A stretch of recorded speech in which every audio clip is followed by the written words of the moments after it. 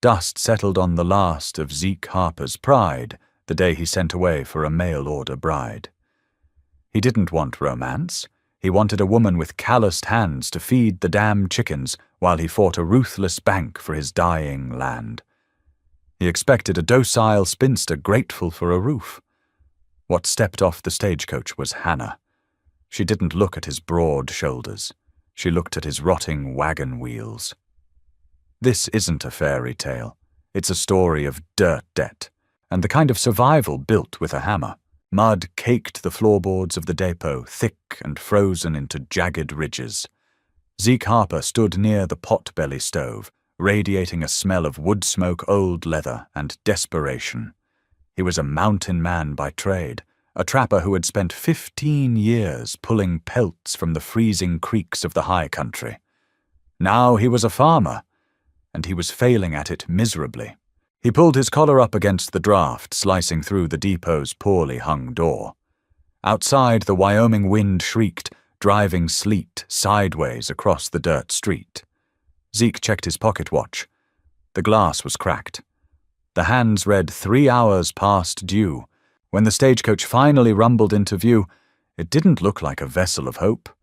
It looked like a battered wooden box held together by spit and frozen mud.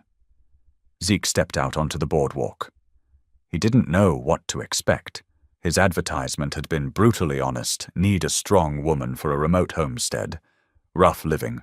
Must know how to tend poultry and keep a fire. No time for courting. The heavy coach door swung open. A single passenger stepped down. Hannah Caldwell did not stumble. She didn't pause to adjust a bonnet or look around with wide, frightened eyes. She wore a heavy wool coat that had seen better decades, dyed a practical, unforgiving grey. Her boots hit the frozen dirt with a heavy thud. She turned back to the driver, grabbed the handle of her own trunk, and hauled it off the rack before the man could even offer a hand. Zeke stepped forward. He towered over her, a massive wall of muscle and bare skin. "You, Hannah." She looked up. Her eyes were the color of slate sharp and completely devoid of sentiment. They scanned his unkempt beard, the dirt under his fingernails, and the frayed cuffs of his coat. "I am. You're Ezekiel Harper." "Zeke." He reached for the trunk. "Let me take that."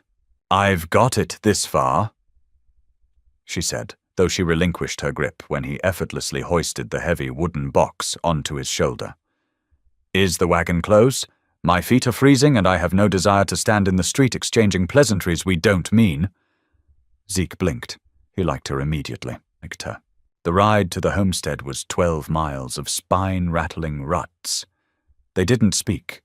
Zeke drove the team, his jaw set, staring straight ahead at the bruised, purple clouds massing over the peaks. He felt the weight of her presence on the bench beside him. She didn't complain about the cold. She didn't complain when the wagon hit a hole that nearly threw her onto the floorboards. She simply held onto the side rail, her knuckles white, her gaze fixed on the brutal landscape. He wondered what kind of misery back east drove a woman to sign her life away to a stranger in the middle of nowhere. He didn't ask. He had his own misery to tend to. Dusk was falling when they cleared the tree line and the homestead came into view. Zeke felt a hot flush of shame crawl up his neck. To call it a farm was a generous lie. It was a clearing hacked out of the pine forest, dominated by a sagging log cabin with a roof that dipped dangerously in the middle. The barn was half-finished, leaning to the left. The chicken coop was a chaotic assembly of scrap wood and rusted wire. A single half-starved hound barked from under the porch, too cold to actually come out and greet them. Zeke pulled back on the reins. "Whoa!" Hannah sat perfectly still. She looked at the cabin. She looked at the sagging barn. She looked at the patch of cleared dirt that was supposed to be a garden. "The bank owns most of it." Zeke said, his voice a low, defensive rumble. It was the first thing he had said in 2 hours. "I bought it 3 years ago when the trapping dried up. I'm a hunter, not a sodbuster. I try, but the coyotes get the birds, the frost gets the crops, and the roof leaks. I needed someone to keep the domestic side from falling apart, while I felled timber to pay the note." He waited for her to cry. He waited for her to demand he turn the wagon around. Hannah slowly turned her head to look at him. "Do you have coffee?" "Yeah, inside." "Good." She climbed down from the wagon. "We'll need it. We have a lot of work to do tomorrow." She walked toward the cabin, her posture rigid, her grey coat snapping in the wind. Zeke sat on the wagon bench for a long moment, staring at her back. He had wanted a wife to feed the chickens. He had a sudden sinking suspicion he had just invited a hurricane into his home. He clicked his tongue, urging the horses toward the lean-to. The wind howled through the pines, but for the first time in months, the homestead didn't feel like a graveyard. It felt like a battleground. Morning came with the sound of splitting wood.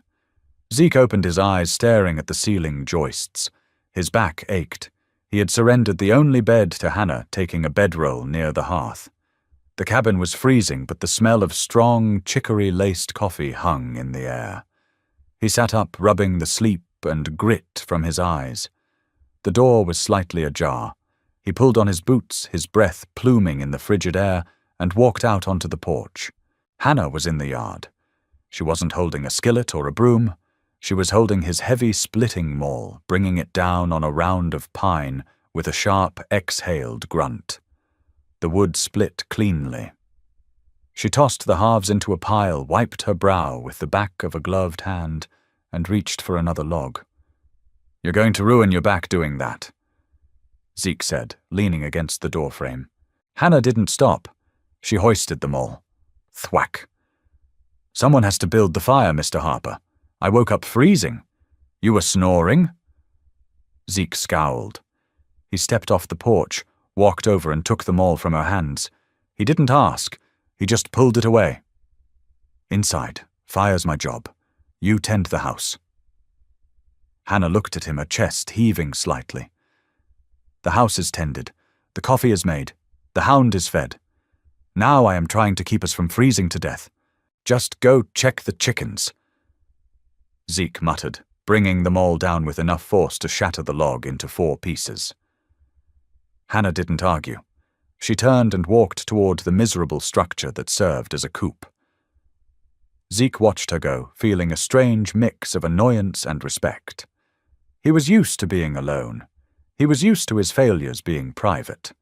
Having an audience, especially one with sharp slate eyes, was grating on his nerves. 10 minutes later, Zeke carried an armful of wood into the cabin. Hannah was sitting at the small, scarred plank table. Spread out before her were his papers. Zeke dropped the wood by the hearth with a clatter. "What are you doing?" Hannah looked up. She held a pencil in one hand, tracing a line down the center of a soiled piece of ledger paper. "I found these in the tin box under the flour sack. You left it open." "That's my business!" Zeke snarled, closing the distance between them. He reached for the papers. Hannah slammed her hand down on the ledger, her palm flat against the numbers. Her gaze shot up, meeting his anger with a cold, unyielding stare. "It is our business now, Ezekiel. You signed a paper at the registry office yesterday making me your wife. That makes this my debt too." Zeke froze his hand, hovering over hers. He had spent his life fighting grizzly bears, outlaws, and ice storms. He wasn't afraid of much, but the absolute authority in her voice made him hesitate. "You owe $300 to the Territorial Bank." Hannah said, her voice dropping an octave, losing its heat and becoming dangerously calm. "Your next payment is due in 5 weeks. Judging by these scratchings, you have $14 to your name. You sold 3 cords of wood last month, but you bought rotgut whiskey and a new rifle scope instead of paying down the principal." Zeke pulled his hand back. He felt naked. A man needs a good scope to hunt. A man needs a roof more. Hannah countered. She tapped the paper. "You're bleeding money. The feed you're buying for the chickens costs more than the eggs they produce, and that's because half of them are dead from exposure or predators." "I told you I wasn't a farmer." "Then why did you buy a farm?" Zeke turned away, bracing his hands on the mantel above the hearth. He stared into the dead ashes. "Because the mountains are empty. The beaver are gone. The world is changing, Hannah. Men like me. We're getting pushed out. I wanted a piece of ground they couldn't take from me. They are going to take it, Hannah said softly. The harshness bled out of her voice, leaving only cold, hard truth. In exactly 5 weeks they will send a sheriff out here, and they will take it. Unless we change how this place operates. Zeke looked back at her over his shoulder. Hannah stood up. She gathered the papers and stacked them neatly. I didn't travel 2,000 miles to be evicted. I grew up in a tenement in Boston. I worked a textile loom until my lungs bled. I came here for land. I don't care how ruined it is. We are going to fix it. How? Zeke scoffed. You gonna sew the roof back together? No, Hannah said, walking past him towards the door. I'm going to fix the coop. You are going to take your wagon into town and sell the new rifle scope. With that money, we are buying proper lumber and nails, not whiskey. Zeke bristled. Nobody tells me what to sell. Hannah stopped with her hand on the iron latch. She didn't turn around. You wanted a wife to tend the chickens, Zeke. If you want chickens to tend, you'll sell the scope. She walked out, letting the door click shut behind her. Zeke stood in the quiet cabin.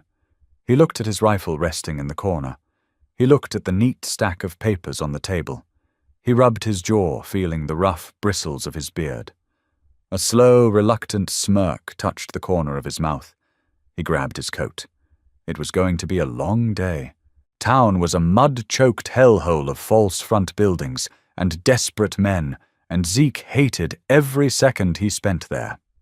He stood at the counter of the mercantile, the polished brass of his newly acquired rifle scope resting heavy on the scarred wood. The merchant, a weasel-faced man named O'Malley, eyed the glass with greedy appreciation before counting out a meager stack of crumpled bills and silver coins. It was a fraction of what Zeke had paid. He swallowed his pride, scooped the money into his calloused palm, and walked straight to the lumber yard. He returned to the homestead, just as the sun dipped behind the jagged spine of the mountains, casting long, bruised shadows across the snowpack. Hannah was waiting on the porch. She didn't greet him with a smile. She simply walked to the back of the wagon and inspected the load. Fresh-milled pine boards, 2 heavy rolls of tight-weave chicken wire, a keg of iron nails. You sold it, she stated. It wasn't a question. I bought the wood. Zeke grunted, unhitching the team. His shoulders ached with a dull, familiar throb. We start at dawn. They did not wait for the sun. By the time the sky turned the color of weak iron, Zeke was prying the rotten boards off the old coop. The smell of ammonia and damp feathers was overpowering. Hannah stood beside him in the freezing mud, wearing a pair of his oversized leather work gloves. She didn't flinch from the stench or the cold. As Zeke tore the old structure down, she sorted the salvageable wood from the rot, stacking the good pieces with methodical precision. They worked in a rhythm born of necessity rather than affection. Zeke possessed the brute strength driving nails through thick pine with 2 strikes of his heavy hammer. Hannah possessed the geometry. She measured the cuts, correcting his sloppy angles, ensuring the walls met flush to keep the winter wind at bay. When it came time to stretch the wire, they fought it together. The stiff metal coiled and snapped, tearing at their heavy clothes. Zeke braced his boots against the baseboards, pulling the wire taut with all his weight, the tendons in his neck standing out like cords. Hold it there. Hannah ordered her breath pluming in the frigid air. She stepped in close, stepping under his heavy arm to drive the thick metal staples into the wood. Her shoulder brushed his chest. She smelled of lye soap wood smoke and cold sweat. Zeke froze for a fraction of a second, acutely aware of the warmth radiating from her small, determined frame. Then the wire slipped, snapping back and slicing a thin, bloody line across Zeke's cheek. He cursed, dropping his hold. Hannah didn't apologize. She simply reached into her apron, pulled out a clean rag, and pressed it hard against his cheekbone. "Hold that," she instructed. She picked up his hammer. Pull the wire again. By nightfall, the new coop stood square and solid against the tree line. It was an ugly utilitarian box, but it was fortified. They ate a silent supper of salted pork and hard tack, their bodies humming with exhaustion. Zeke took his bedroll by the hearth. He expected to sleep like the dead. He awoke to screaming. It wasn't human. It was a high, chaotic squawking, tearing through the pitch-black night underscored by a low, guttural snarling. Zeke was on his feet before his eyes were fully open. He grabbed his rifle from the corner, his thumb instinctively reaching for the scope that was no longer there. He cursed, levering a cartridge into the chamber, and kicked the cabin door open. The cold hit him like a physical blow. The yard was bathed in pale moonlight. Shadows darted around the perimeter of the new coop. Coyotes, a pack of them starving and desperate, drawn by the scent of the birds. Zeke raised the rifle. Without the scope, the iron sights were a blur in the dim light. He fired a warning shot into the dirt. The crack of the Winchester echoed off the canyon walls. 2 of the shadows scattered, slinking back into the brush, but 3 remained. They were frantically digging at the base of the coop, trying to tear through the buried chicken wire. A lantern flared to life behind him. Hannah stepped onto the porch, wrapped in a blanket holding the kerosene lamp high. The harsh yellow light washed over the yard, illuminating the predators. Zeke took a breath, steadied his stance, and fired. The lead coyote yelped, spinning into the snow. The remaining 2 finally broke, sprinting towards the tree line. Zeke lowered the smoking rifle. He walked over to the coop. The dirt was violently churned, the snow stained with red. He knelt, inspecting the base of the wood. The heavy wire Hannah had insisted they bury a foot deep had held. The wood was scratched and chewed but unbroken. Inside, the frantic clucking was beginning to subside. He stood up and looked back at the cabin. Hannah stood on the porch, the lantern trembling slightly in her grip. They didn't get in. Zeke called out, his voice rough. Hannah let out a long, shuddering breath. She lowered the lantern. Good. Nails are cheaper than hens. She turned and went back inside. Zeke stayed in the cold for a moment longer, looking at the dead coyote, then at the solid pine walls. He had spent his life relying entirely on himself. As he walked back to the cabin, the realization settled heavy in his gut. He wouldn't have buried that wire deep enough on his own. Frost crept up the window panes, thick and opaque, sealing the cabin off from the world. December arrived in Wyoming not as a season, but as a siege. The snow piled in heavy, blinding drifts, burying the rotting wagon wheels and pressing against the log walls until the timber groaned under the weight. Inside, the air was close and thick with the smell of burning pine and anxiety. Hannah sat at the table, wrapped in a grey wool coat, the ledger open before her. The stub of her pencil scratched relentlessly against the paper. The sound grated on Zeke's nerves. He sat by the hearth, mechanically oiling his traps, a pile of rusted steel chains at his feet. 3 weeks? Hannah said softly, not looking up. Zeke stopped rubbing the trap jaw. I know. We have $32. She finally laid the pencil down. She looked at him, her slate eyes dark with exhaustion. The hard labor and short rations were taking their toll. Her cheekbones were sharper, her skin pale. The bank in Cheyenne expects $300. The eggs are keeping us fed, Ezekiel, but they aren't paying the mortgage. Even if we sold every hen we have, we wouldn't cover half the interest. Zeke threw the oiled rag onto the hearth. He stood up, pacing the short distance across the room. He felt caged. The walls were closing in the debt, a physical weight pressing on his chest. There's a bounty out of Fort Laramie, Zeke said abruptly. He stared out the frosted window, though he could see nothing but white. A rogue grizzly tearing up cattle camps over on the ridge. State Cattlemen's Association put a $200 bounty on its hide, plus whatever I can get for the pelt. Hannah went perfectly still. The ridge is a 2-day ride in clear weather. In this... She gestured toward the window. It's a death sentence. It's a chance, Zeke corrected, turning to face her. I know those woods. I tracked through them for a decade before I bought this dirt. If I find the den, I can drop him. And if you don't, if you freeze, if it kills you. Hannah's voice rose, a rare crack in her iron composure. She stood up, her hands flat on the ledger. I am not running this place alone, Zeke. I am not digging a grave in frozen earth because you wanted to play hero instead of finding a practical solution. There is no practical solution left. Zeke roared, the sheer frustration of his failure finally boiling over. He slammed his hand against the timber wall. You did the math. You see the numbers. We are out of time. I failed at this. I failed at farming. But I know how to hunt. I have to do this, Hannah, or we lose it all. Silence slammed back into the room, thick and heavy. Hannah stared at his chest, watching his ragged breathing. Slowly the anger bled out of her posture. She walked around the table, stopping inches from him. She reached out her small, cold hand, gripping the thick wool of his coat lapel. You bring that pelt back, she whispered, her voice fierce and low. You do not die out there. You owe me a farm. Zeke looked down into her eyes. For the first time he saw past the slate-grey pragmatism.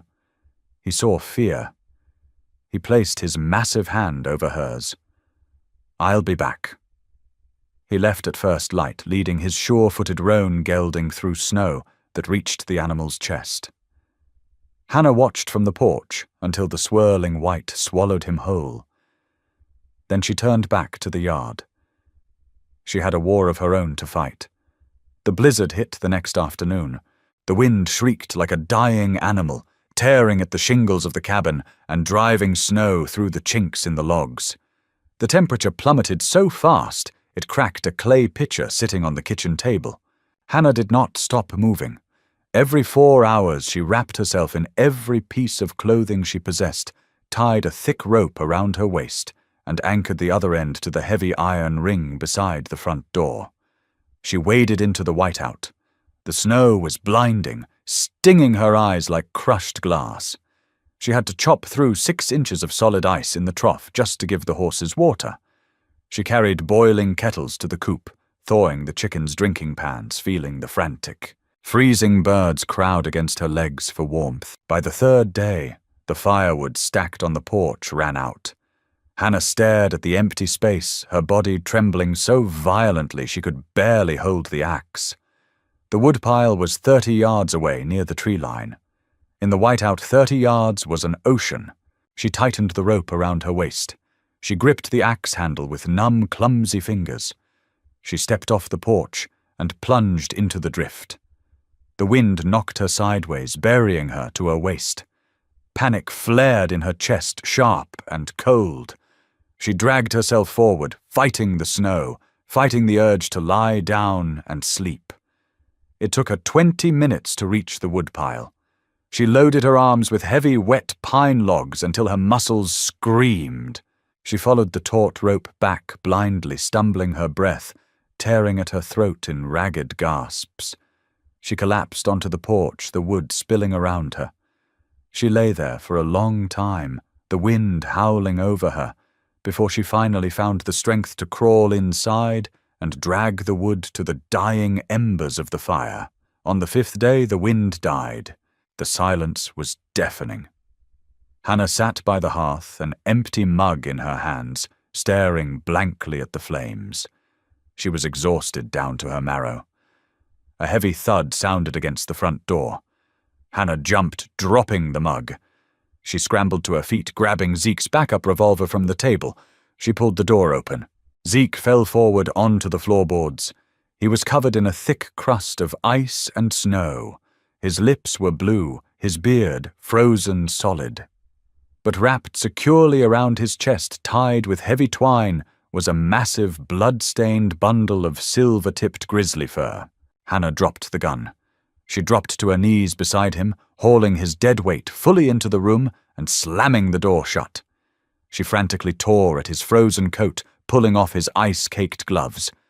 His hands were white stiff with cold. Zeke's eyes fluttered open. He looked at the ceiling, then shifted his gaze to her pale, terrified face. A slow, cracked smile broke through his frozen beard. "Told you." He rasped, his voice barely a whisper. "Got the money." Hannah let out a harsh, choked sound that might have been a laugh or a sob. She pressed her forehead against his icy chest, her hands gripping his shirt tight. "You stupid, stubborn man," she breathed. She didn't care about the money right then. She dragged him toward the fire, throwing every blanket they owned over his shivering frame. As she fed the flames, pushing the darkness and the cold back into the corners of the room, she knew they had won the battle. They had survived the squeeze. Recovery was a slow, brutal crawl. Zeke spent 10 days confined to the narrow bed, fighting a fever that left him shivering violently under the heavy quilts. Hannah rarely slept. She fed him thin, broth-boiled willow bark to fight the infection creeping up his frost-bitten fingers and changed the dressings on his cracked skin. She didn't offer soft words of comfort. She offered ruthless mechanical care, refusing to let him die out of pure, stubborn spite. By the second week of January, Zeke could walk to the porch without his knees buckling. By the third, he hitched the roan gelding to the wagon. The pelt of the rogue grizzly was rolled and tied tight in the back, stiff with cold. Cheyenne was a 3-day journey through knee-deep drifts. They made it in 4. The Territorial Bank sat on the main thoroughfare, a heavy brick building that looked out of place among the wooden false-front saloons and feed stores. Inside it smelled of cigar smoke, oiled leather, and the sour scent of nervous men. Zeke dropped the massive grizzly hide onto the polished oak counter of the teller's cage. The heavy thud made the clerk jump. Dust and dried snow shook loose from the silver-tipped fur, settling onto the pristine paperwork scattered across the desk. "I'm here for the note on the Harper homestead," Zeke said, his voice carrying the rough grit of a man who hadn't spoken above a whisper in a month. "And the cattleman's bounty." The clerk hurried into the back room. A moment later, the branch manager appeared. He was a plump, clean-shaven man named Carmichael, wearing a tailored worsted suit that cost more than Zeke's entire farm. Carmichael looked at the pelt, curling his nose at the faint smell of game and dried blood. He didn't look at Zeke. He certainly didn't look at Hannah, who stood silently at Zeke's elbow. "Mr. Harper," Carmichael said, smoothly, pulling a thick ledger from a shelf. "We assumed the winter had claimed you. You are 3 days past your grace period. The bank has already drafted the foreclosure notices." Zeke's jaw tightened. He placed his massive, scarred hands on the counter. "I had a disagreement with a bear. It slowed me down. The bounty pays $200. The pelt is worth another $150 to any fur trader in town. That clears the debt, plus the interest." Carmichael sighed, a practiced sound of deep regret. He adjusted his wire-rimmed spectacles. "Unfortunately, the Cattlemen's Association amended their bounty terms last week. They only pay out for bears killed directly on grazing land. Your homestead borders federal timber. I can give you $80 for the hide as a courtesy. But the foreclosure stands." Zeke felt the blood rush to his ears. He had nearly frozen to death in the snow. He had fought a 1,200-pound monster in the dark. Now a man who had never held an axe was stealing his land with a stroke of a pen. He reached across the counter, his massive hand grabbing the lapel of Carmichael's expensive suit. "Ezekiel." Hannah's voice was quiet. It wasn't a shout. It was a sharp, flat command that cut through the haze of Zeke's rising violence. He froze. He looked down at her. She wasn't looking at him. Her slate-grey eyes were locked on Carmichael. She stepped forward, placing her hand firmly over Zeke's knuckles, silently ordering him to release the man. Reluctantly, Zeke let go, stepping back, his chest heaving. Hannah reached into her heavy grey coat and pulled out her battered, soiled ledger. She slammed it down onto the polished oak next to the grizzly hide. "Mr. Carmichael." Hannah began, her voice devoid of any frontier deference. "I am Mrs. Harper. I keep the accounts. I also read the Cheyenne Daily Gazette, which is delivered to the Mercantile every Thursday. Carmichael smoothed his rumpled lapel, trying to regain his composure. Madam, this is a financial matter between the bank and your husband. The Cattlemen's Association charter printed on the 4th of January explicitly states the bounty applies to any predator killed within a 50-mile radius of the Laramie Basin. Hannah interrupted, her tone sharp as a skinning knife. Our homestead sits exactly 42 miles from the basin edge. Furthermore, the pelt of a silver-tipped grizzly of this size, unmarred by buckshot, is currently pulling $200 in Chicago. If you attempt to steal this land over a manufactured technicality, I will not just take my business to the competing bank across the street. I will take this hide to the editor of the Gazette and explain exactly how Territorial Bank treats the men who bleed to protect this county's beef. Silence fell over the lobby. 2 ranchers standing near the door stopped talking, turning to watch the confrontation. Carmichael stared at the small, fierce woman in the ragged grey coat. He looked at the massive, bruised mountain man standing right behind her, radiating lethal intent. He looked back at the Gazette clipping Hannah had produced from the pages of her ledger and slapped onto the counter. The banker cleared his throat. He reached for a dip pen, uncorking an inkwell with trembling fingers. Let me double-check the survey lines, Mrs. Harper. It is possible there was a clerical error regarding your proximity to the basin. 10 minutes later, Zeke and Hannah walked out into the freezing mud of the street. Zeke held a stamped piece of heavy vellum in his hand. The deed, cleared for the year. The bank had taken the pelt and the bounty and handed over $40 in surplus coin. Zeke stopped by the wagon. He looked down at the deed, then looked at Hannah. The wind whipped her loose hair across her face. She looked exhausted, pale, and entirely triumphant. You read the Gazette? Zeke asked, his voice low. Every week, Hannah replied, climbing onto the wagon bench. Information is just as heavy as an axe, Zeke. You just have to know how to swing it. He stared at her for a long moment. He had wanted a wife to tend the chickens. He had married a general. He folded the deed, tucked it into his breast pocket, and climbed up beside her. April did not arrive with blooming wild roses and gentle breezes. It arrived with a localized flood. The spring thaw broke the back of the winter, melting the heavy snowpack in a matter of days, and turning the homestead into an ocean of thick, sucking, foul-smelling mud. Zeke hated the mud more than the ice. Ice he could conquer with fire and steel. Mud just dragged him down. He stood in the center of the clearing rain, slicking his hair to his forehead, wrestling with a stubborn mule and a rusted iron plow. He was a trapper.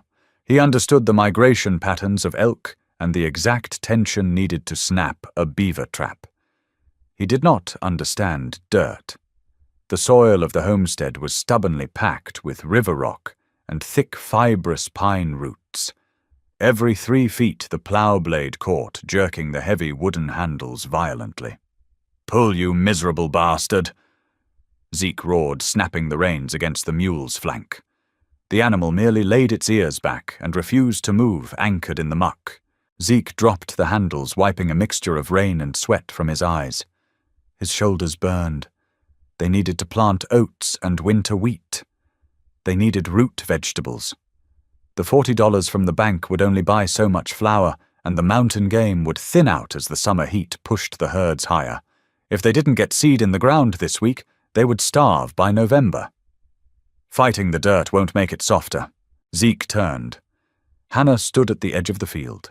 She wore a canvas apron over her dress, her boots encased in thick layers of mud. She carried a wooden bucket in each hand, water sloshing over the brims. She had not been idle. While Zeke fought the plow, Hannah had been waging her own war. With the surplus bank money, she had refused to buy comfort items. No coffee, no sugar, no new boots. Instead, she had bought 50 Rhode Island red chicks from a passing freight wagon. The new coop was already full of frantic, peeping life. She walked out into the field, her steps heavy and deliberate. She set the buckets down next to the plow. Drink. Zeke picked up a tin cup Resting by the bucket, dipped it and drank deeply. The water was cold, cutting through the dust in his throat. He looked at the half-ploughed furrow, a jagged, ugly scar in the earth. This land wasn't meant for farming, Hannah. It's too rocky. The soil is too thin. I'm breaking the mule and I'm breaking my back. Hannah crouched down, ignoring the mud soaking into the hem of her skirt. She dug her bare hands into the freshly turned earth, pulling up a handful of wet soil. She rubbed it between her fingers, feeling the grit of the sand and the organic slick of decomposing pine needles. It's not Iowa topsoil. She agreed, her voice flat and practical. She stood up, wiping her hands on her canvas apron. But it's ours, and it drains well. We don't need it to grow perfect wheat. We just need it to grow enough feed. Zeke leaned against the mule's flank. Feed for what, the 50 chicks you bought? 200 chicks. Hannah corrected him. Zeke choked on his water, coughing violently. 200. Where the hell are we going to put 200 chickens?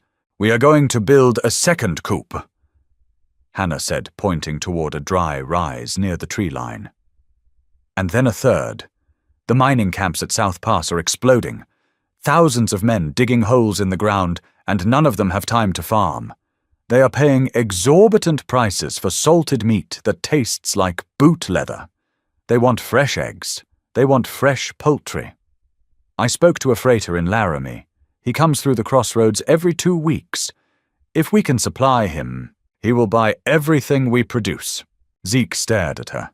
He looked at the rough, jagged clearing, the sagging roof of the cabin, the sheer desolation of the mountains surrounding them. You want to build an empire out of chicken feed. I want to build a business that the bank can't touch. Hannah corrected, her slate eyes locking onto his. The rain continued to fall, dripping from her eyelashes. You saved this land with a rifle, Zeke, but we can't shoot our way through the next 30 years. You have the strength to build the infrastructure. I have the head to manage the freight lines. We stop trying to be sod busters and we become suppliers. Zeke looked down at his blistered, mud-caked hands. He had spent his whole life running away from civilization, retreating higher into the mountains as the towns crept westward. He had bought this land as a final hideout. But looking at Hannah standing in the freezing rain with mud on her face and absolute fire in her eyes, he realized the frontier was gone. Survival didn't mean hiding anymore. It meant fighting back with ledgers and supply lines. He looked at the rusted plow. He hated it. But he looked at Hannah and he realized he didn't hate the life she was proposing. He stepped forward, closing the distance between them. He reached out his massive, calloused hand, gently wiping a streak of mud from her cheek. It was the first time he had touched her outside of necessity. Her breath hitched slightly, but she didn't pull away. 200 chickens. Zeke murmured, a slow, rough smile breaking through his beard. I'm going to need a lot more wire. You're going to need to finish plowing this field first. Hannah replied, her voice softening just a fraction, a ghost of a smile touching the corners of her mouth. They need oats. Zeke laughed, a deep, rumbling sound that startled the mule. He turned back to the handles, gripping the iron tight. Ha! He shouted, slapping the reins. He drove his weight forward, forcing the blade through the roots. The earth tore open, dark and rich with promise, as the rain washed the past away. Summer hit the valley like an anvil. It baked the mud into concrete and turned the air inside the cabin into a suffocating, stagnant heat. But out on the rise, catching the cross breeze from the canyon, the new coop stood as a testament to pure, unadulterated grit. Zeke did not stop swinging his hammer until September. He built 3 longhouses, each 80 feet in length, framed with sturdy lodgepole pine and wrapped in double layers of heavy wire. He designed them with drop-hinged sides to let the air flow, a trick he remembered from curing meat in the high country. He stopped looking at the land as an adversary and started treating it like a foundation. Hannah managed the chaos. She didn't just tend the flock. She orchestrated a sprawling, filthy, high-yield operation. She wore a stained canvas apron over a dress she had hacked off at the ankles to keep out of the muck. Her hands, once pale from the Boston textile mills, were now deeply tanned, rough as sandstone, and stained yellow from cracked corn and iodine. She commanded an army of 400 Rhode Island Reds. The noise was a constant deafening clatter that drowned out the wind in the pines. The smell of ammonia dust and warm feathers hung over the homestead like a fog. It wasn't romantic. It was industry. On a blisteringly hot Tuesday, the freighter wagon rumbled into the yard. Amos Tucker was a broad-shouldered, hard-eyed man who ran supplies over the treacherous South Pass to the gold camps. He pulled his heavy draft horses to a halt, spitting a stream of dark tobacco juice into the dust as he surveyed the operation. Hannah stood on the loading dock Zeke had built the week before. Stacked waist-high behind her were wooden crates neatly packed with straw and holding over 1,200 eggs, flanked by 50 dressed birds packed in salt ice. Amos climbed down, boots crunching on the dry dirt. He didn't look at Hannah. He looked past her, searching for the man of the property. "Harper around. Mr. Harper is felling timber for the winter store?" Hannah said, her voice carrying the sharp, metallic ring of a woman who had no time for pleasantries. "I handle the freight accounts. You brought the crates I requested." Amos finally looked at her. A dismissive smirk touched his sunburned face. "I brought 'em, but the market's getting soft in the camps, little lady. Lots of cattle moving up from Texas. Beef is cheap. I can give you 3 cents a dozen for the eggs, half price on the birds." Hannah didn't blink. She reached into her pocket, pulled out a small leather-bound book, and opened it. She didn't look at the pages. She just held it open as a prop. The Texas trail herds are bogged down in the Platte River mud. Hannah stated, her slate eyes locking onto the freighter. "They've lost hundreds of head-to-hoof rot. The camps haven't seen fresh beef in 3 weeks. They are eating salt pork and suffering from scurvy. A fresh egg in South Pass is currently trading for 10 cents in hard silver. I am offering you a wholesale rate of 5 cents a dozen, which guarantees you a 100% profit margin for merely driving a wagon. Take the deal, Mr. Tucker, or turn your horses around. I have a secondary freighter coming from Cheyenne tomorrow who will gladly take the route." There was no secondary freighter. Zeke, standing waist-deep in the tree line with an axe resting on his shoulder, knew that. He watched the exchange, a slow, deep pride swelling in his chest. Amos stared at her, his jaw tight. He shifted his weight, looking at the pristine, carefully packed crates, then back to Hannah's unwavering face. He spat again. 5 cents. You load 'em." "We load them together," Hannah corrected, snapping the book shut. That night, after the wagon had rumbled away under a heavy moon, leaving behind a heavy leather pouch of silver coins, the adrenaline finally crashed. The cabin was quiet. Zeke sat by the open window, the cool night air pulling the heat from his shoulders. He was whittling a new handle for a broken hoe. Hannah sat at the table, a single kerosene lamp illuminating the ledger. She was moving coins from the pouch into a heavy iron strongbox. Clink, clink, clink. "That bluff," Zeke said quietly, pausing his knife. "About the Cheyenne freighter.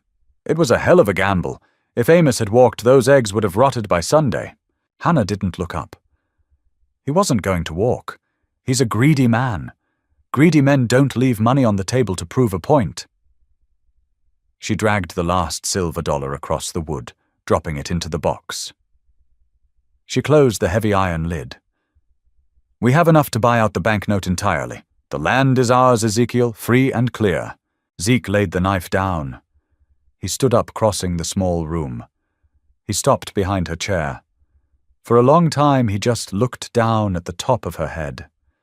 He saw the grey dust caught in her dark hair, the exhaustion bowing her shoulders.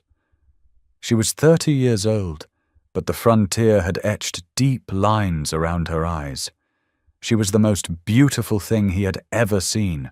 He reached down his massive, scarred hands, gently gripping her shoulders. He felt the rigid tension in her muscles. Slowly he began to knead the tight knots at the base of her neck. Hannah let out a long, shuddering breath. She let her head drop forward, leaning back against his chest. She didn't speak. She didn't need to. The silence between them wasn't the heavy defensive barrier it had been in the winter. It was a shared shelter. "You built an empire out of chicken feed," Zeke murmured, his voice, a low rumble vibrating against her back. Hannah reached up her rough hand, covering his where it rested on her collarbone. "We built it," she corrected softly. "Go to sleep, Zeke. Tomorrow we expand the South Run." October brought a bitter early frost and a broken axle. Amos Tucker never showed up. For 3 days, Hannah paced the porch, watching the eastern horizon. The crates stacked in the cold store shed were reaching their limit. 600 pounds of dressed poultry and 3,000 eggs representing 2 months of grueling labor sat waiting to spoil. By the morning of the 4th day, Zeke hitched their own heavy wagon. He didn't ask her opinion. He simply reinforced the suspension with scrap iron and began loading the crates. "South Pass is a rough climb this late in the year," Zeke said, strapping a heavy canvas tarp over the payload. His breath plumed in the freezing morning air. "The mud is frozen into ruts, but we can't afford a total loss." Hannah emerged from the cabin. She was wearing her heavy grey wool coat, her face wrapped in a thick scarf against the biting wind. She carried her ledger under one arm and Zeke's lever-action Winchester rifle under the other. She walked to the wagon, slid the rifle into the leather scabbard, bolted to the bench, and climbed up. "Then we drive it ourselves." Zeke didn't argue. He knew better. He swung up beside her, took the heavy leather reins, and clicked his tongue. The draft horses strained against the frozen mud, and the heavy wagon groaned into motion. The road to the mining camps was less of a road, and more of a deeply scarred trench, cut into the side of the mountain. By noon of the 2nd day, they were navigating a sheer drop-off. The wind howled through the canyon, threatening to push the heavy wagon off the narrow ledge. Zeke drove with white-knuckled concentration, his massive arms acting as shock absorbers against the violent bucking of the wheels. Hannah sat rigidly beside him. She wasn't looking at the terrifying drop to their left. She was looking at the trail ahead. "Pull up," she said sharply. Zeke hauled back on the reins. The wagon skidded on the icy rock, coming to a heavy halt. 50 yards ahead, the trail widened into a small plateau. Blocking the bottleneck were 3 riders.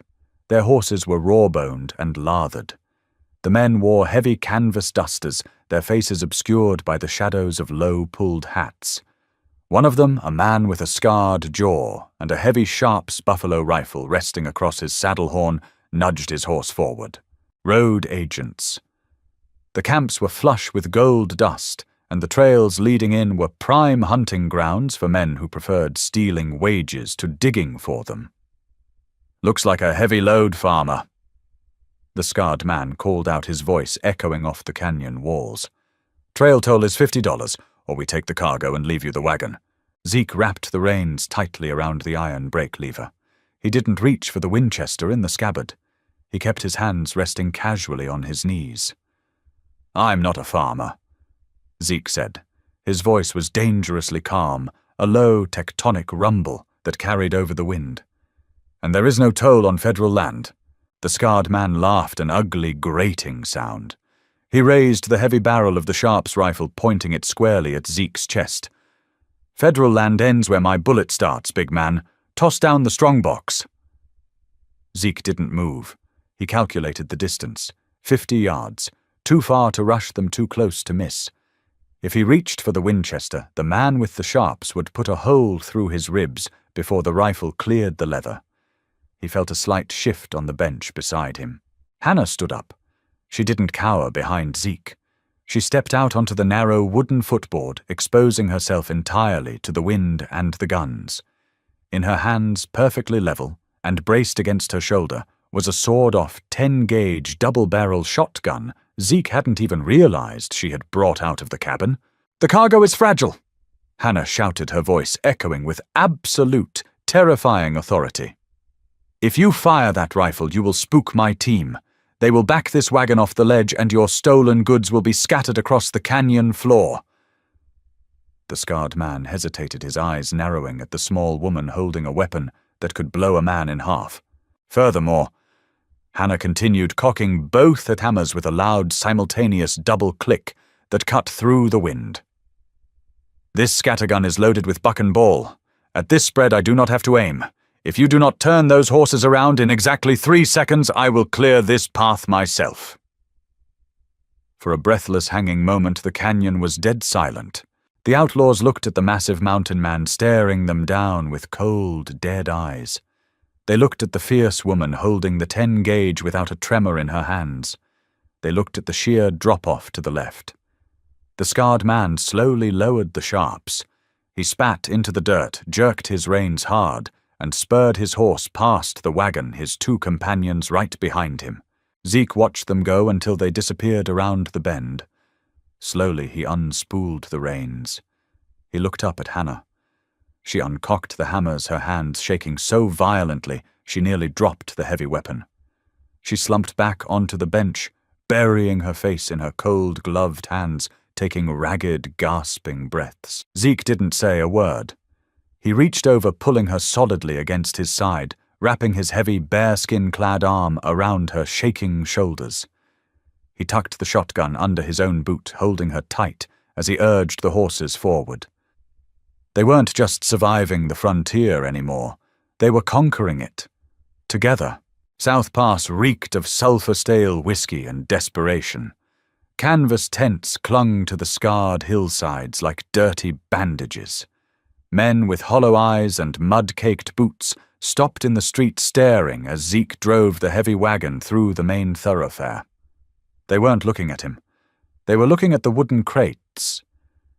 Zeke kept his right hand resting casually on the Winchester stock. He didn't trust starving men. Hannah ignored the stares. She pointed toward a large 2-story timber building dominating the center of the camp. A painted sign read, "Donovan's Mercantile and Assay." Zeke pulled the team to a halt. He stayed on the bench keeping watch while Hannah climbed down. She carried a single small wooden box under her arm. Inside the Mercantile was a chaotic mess of pickaxes, canvas pants, and tin pans. A heavy-set man with a thick red beard stood behind a wire mesh counter, weighing gold dust on a brass scale. Hannah walked past a line of grimy miners. She set her wooden box on the counter. The bearded man looked up, his brow furrowing in irritation. "Line starts at the back, lady." Hannah unlatched the box. She pushed it across the scarred wood. Resting on a bed of clean straw was a single, flawless brown egg. Beside it lay a dressed, pale-skinned pullet, fresh and completely devoid of rot. The mercantile owner stopped breathing. The miners in line leaned in, staring at the food as if it were a fist-sized gold nugget. "I have 3,000 of those eggs in the wagon outside," Hannah said, her voice carrying clearly through the silent room. "And 600 pounds of dressed poultry packed in salt ice. I am looking for Arthur Donovan." The bearded man wiped his hands on his apron. "You're speaking to him. Your men are dying of scurvy and eating boot leather, Mr. Donovan. I am offering you a monopoly on fresh provisions for the next 3 months. 60 cents a dozen for the eggs, $1.20 a head for the birds." Donovan choked. 60 cents? That's robbery. I can buy a whole steer in Cheyenne for $10. Then drive to Cheyenne. Hannah countered softly. She closed the box. She didn't hesitate. She turned to walk away. "Wait." Donovan slammed his hand on the counter. He looked at the starving miners watching him with dangerous hollow eyes. He looked back at Hannah. He reached under the counter and pulled out a heavy canvas sack. "Pull the wagon around back. I pay in dust. We weigh it out right now." Hannah nodded once. "Bring your own men to unload. My husband is tired." They left South Pass 4 hours later. The crates were gone. In their place sat a strong box, so heavy Zeke had to use both hands to lift it onto the wagon bed. They didn't speak for the first 10 miles. The adrenaline of the outlaw encounter and the sheer tension of the mining camp slowly bled out of their systems, leaving behind a bone-deep exhaustion. Zeke looked down at the strong box. It held enough raw gold to buy out the banknote, buy a neighboring section of land, and build a house with glass windows and a shingled roof. He looked at Hannah. She was asleep, her head resting against his shoulder, her breathing slow and even. She was still wearing her mud-stained dress and the battered grey coat. She looked like a vagrant. She was the richest woman in the territory. 5 years passed. Frost settled over the Laramie Basin, turning the pine needles into fragile glass spears. The sagging log cabin was a memory torn down and replaced by a sprawling 2-story timber frame house with a deep wraparound porch. Smoke curled lazily from a massive fieldstone chimney. Out on the rise, 6 longhouses stood in perfect regimented lines. A crew of 4 hired men were already moving between them, carrying heavy buckets of cracked corn and fresh water. The Harper Poultry Company supplied 3 mining camps, 2 army forts, and the finest hotel in Cheyenne. Zeke stood on the porch holding a mug of black coffee. His beard was heavily streaked with grey. His shoulders still carried the thick, dense muscle of a mountain man, but his movements were slower, methodical. The savage edge had worn down into something resembling peace. The front door opened. Hannah stepped out. She wore a tailored wool dress, dark and practical, but devoid of patches or mud stains. The ledger she carried under her arm was bound in fine calfskin thicker than a church Bible. She walked to the porch railing, standing beside him. She looked out over the frost-covered valley, watching the hired men work. Freight wagon from Fort Laramie is due at noon," Hannah said, opening the ledger and checking a column of perfect ink-black numbers. "We need to rotate the south flock next week. The yield is dropping." Zeke took a sip of his coffee. He didn't look at the coops. He looked at her hands holding the book. The skin was still rough, the knuckles permanently thickened from years of fighting the cold and the wire. Wealth hadn't made her soft. It had just made her sharper. "I'll have the men prep the north pens today," Zeke said. He reached out, taking the heavy ledger from her hands. He set it gently on the wooden railing. Hannah looked up at him, a question forming in her slate-grey eyes. Zeke didn't answer with words. He wrapped his arms around her waist, pulling her back against his chest. He rested his chin on the top of her head, feeling the warmth of her against the freezing morning air.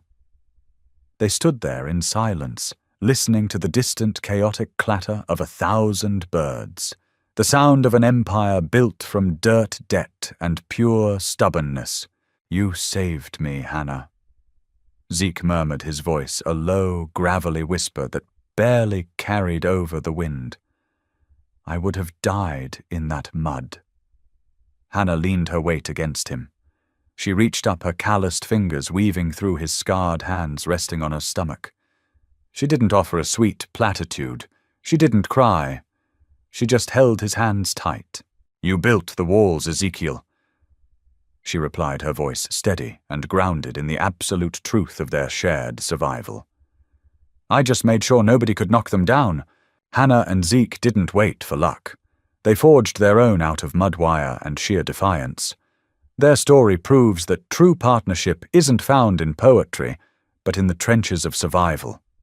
If this raw, gritty tale of frontier resilience hit home for you, hit that like button right now. Share this video with someone who appreciates grounded, real historical drama, and make sure to subscribe and turn on notifications. The West is full of untold legends, and we're just getting started. Drop a comment below. Who was the real savior of the homestead? See you next time.